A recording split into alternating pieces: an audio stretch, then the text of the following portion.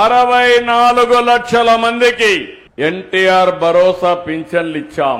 మీరు ఒకసారి గుర్తుపెట్టుకోవాలి, ఒకప్పుడు మీరు చూస్తే 5 ఏళ్లు పట్టింది 2000 నుంచి 3000 చేయడానికి. నేను వస్తానే ఒకే మాట చెప్పాను, ఏప్రిల్ నుంచి ఇస్తానని. పింఛన ఏప్రిల్ నుంచి ఇచ్చామా లేదా అని మిమ్మల్ని అడుగుతున్నా. 64 లక్షల మందికి ఇస్తున్నాం. ఆడబిడ్డలున్నారు, తల్లికి వందనం మొన్నే ఇచ్చా. ఎంతమంది పిల్లలుంటే అంతమంది పిల్లలకి 15,000 ఇచ్చామా లేదా అని అడుగుతున్నా. ఇచ్చుంటే గట్టిగా చప్పట్లు కూడా చెప్పండి.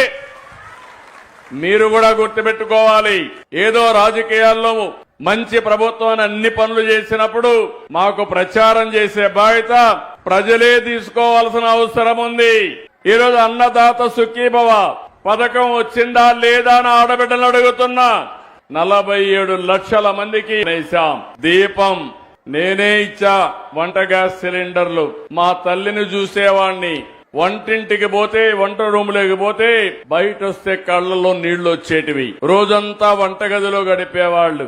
అది చూసిన తర్వాత నాకు అనిపించింది, నా తల్లి పడిన కష్టం నా ఆడబిడ్డలు కష్టపడకూడదని మొట్టమొదటిసారిగా దేశంలో దీపం కార్యక్రమం ప్రవేశపెట్టిన పార్టీ ఆ రోజు తెలుగుదేశం పార్టీ. ఈ రోజు మళ్లీ 3 గ్యాస్ సిలిండర్లు ఉచితంగా ఇస్తున్నా. అవునా కాదా అని అడుగుతున్నా. ఆనందంగా ఉన్నారా అని అడుగుతున్నా మిమ్మల్ని అందరినీ. మీ పిల్లలకు ఇప్పుడే బస్సు ఎక్కాం. బస్సులో నేను ఒక 10 మందితో మాట్లాడాను. 10 మందితో మాట్లాడితే పవన్ కళ్యాణ్ గారు కూడా మాట్లాడారు, లోకేష్ గారు మాట్లాడారు, మాధవ్ గారు మాట్లాడాం.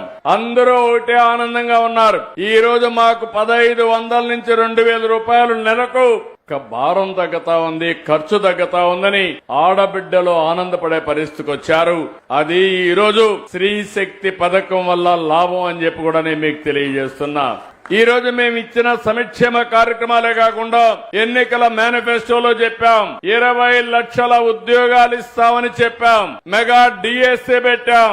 16,347 ఉద్యోగాలు ఈ మంత్ ఎండ్కి ఇచ్చే పరిస్థితి వస్తుంది.